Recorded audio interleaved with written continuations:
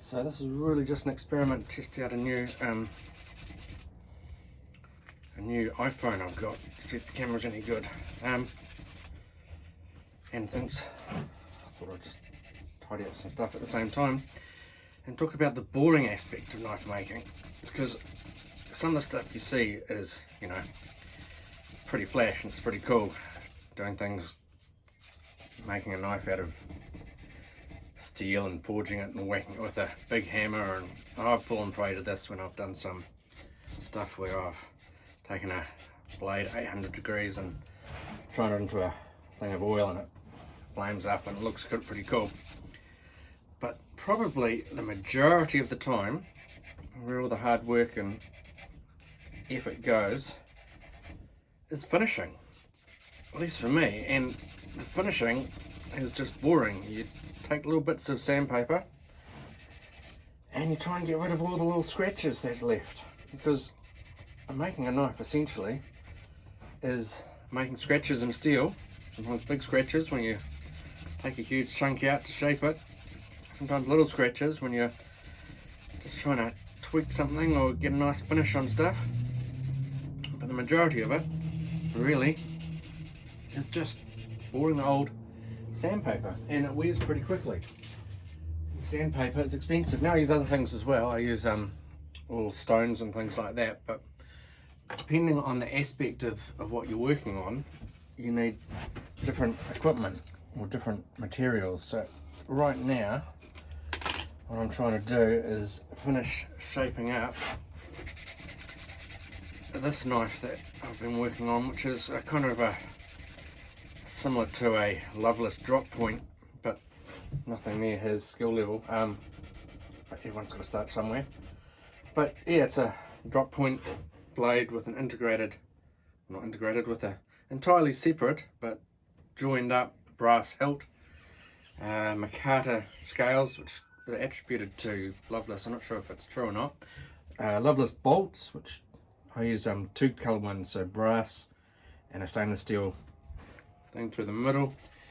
Blade is a drop point, about 3.75 inches, and the handle looks to be just over that, 4 inches maybe. So not a big knife, but it's a comfortable knife, well it's turning out to be, and I haven't sharpened it yet either, but to me that's not boring, that's exciting, I enjoy that. But the sanding aspect certainly is. And you start with rough sandpaper, and then you go higher and higher and get smoother and smoother, but essentially all you're doing is chasing away scratches, and scratches start off big, and then as you get rid of those you jump on to the next level of sandpaper and you keep going really. And I don't think the scratches ever totally go away, but they do get smaller and smaller and less noticeable, to the point where you can get a mirror finish. And generally speaking, that's kind of what I aim for. Not all knife makers do, a lot of them don't, and partly it's just the time and the boring aspect. And if you're good enough, you get away with it. I'm not good enough yet, so for me, I just keep on polishing, and slowly you get to where you're going for. This is 220 I'm going for now, and I will go 220, then 320, then 400, then 600. Sometimes I'd stop at 600 depending on the knife, but 600 is where the magic starts to pop through. That's when you start getting true reflections, in my opinion.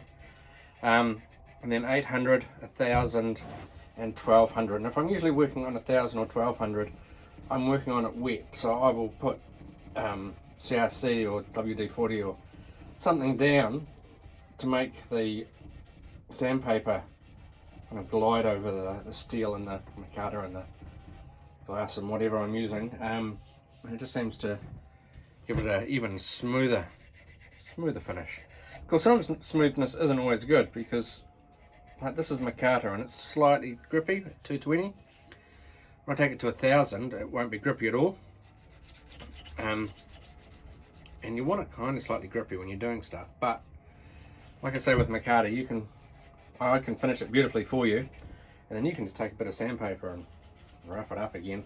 You're only taking a teeny microscopic amount off, but it will just give you that much more grip. But as you, I like about micarta, several things I like about micarta. First, is that it's semi-natural, so it's cotton or canvas or linen layers, which obviously come from plants, and then it's glue, very specialised glue and heat process stuff to make it. But because of that, it's got a natural feel to it, but the glue, the resin they use, makes it impervious to anything, except for, extremes. But heat bounces off it, blood, mud, goo, oils, petrol, whatever you might accidentally spill on your knife, you can pretty much just wash off in hot water. Bugs won't settle into it, so there's no bacteria issues. So it's really good material, and it won't split. Because the problem I find with wood, which arguably is even nicer to feel and look at, is that it tends to split if you're not careful. In New Zealand, wood's alive. You can make it. There's a way of stabilising it, but I don't have that equipment. But wood tends to, I find, have little issues, and that after a wee while you can get problems with it, and it can be well after the fact that it's made, or sometimes it's during the process of manufacture, and the wood just starts to swell and split and crack, and this won't ever. It just doesn't do that. I mean, probably smack a nail into it and maybe try and delaminate it or something, but yeah, in a natural course of its life, and that could be many years, it'll just stay the same, impervious. You make it look prettier by sanding it smooth like I'm doing, and then prettier still by putting a little bit of oil, like linseed oil on it. Really brings out the grain and stuff. You can stick in hot water and you can get rid of that. And like I said, blood and stuff just washes off, but when it's slightly damp, the natural fibres swell slightly just on the surface, not on the inside, but the surface, and that increases your tackiness in your hand, so it's really good stuff. Feels really good. Anyway, let's see what that looks like, and yeah, Merry Christmas to everyone.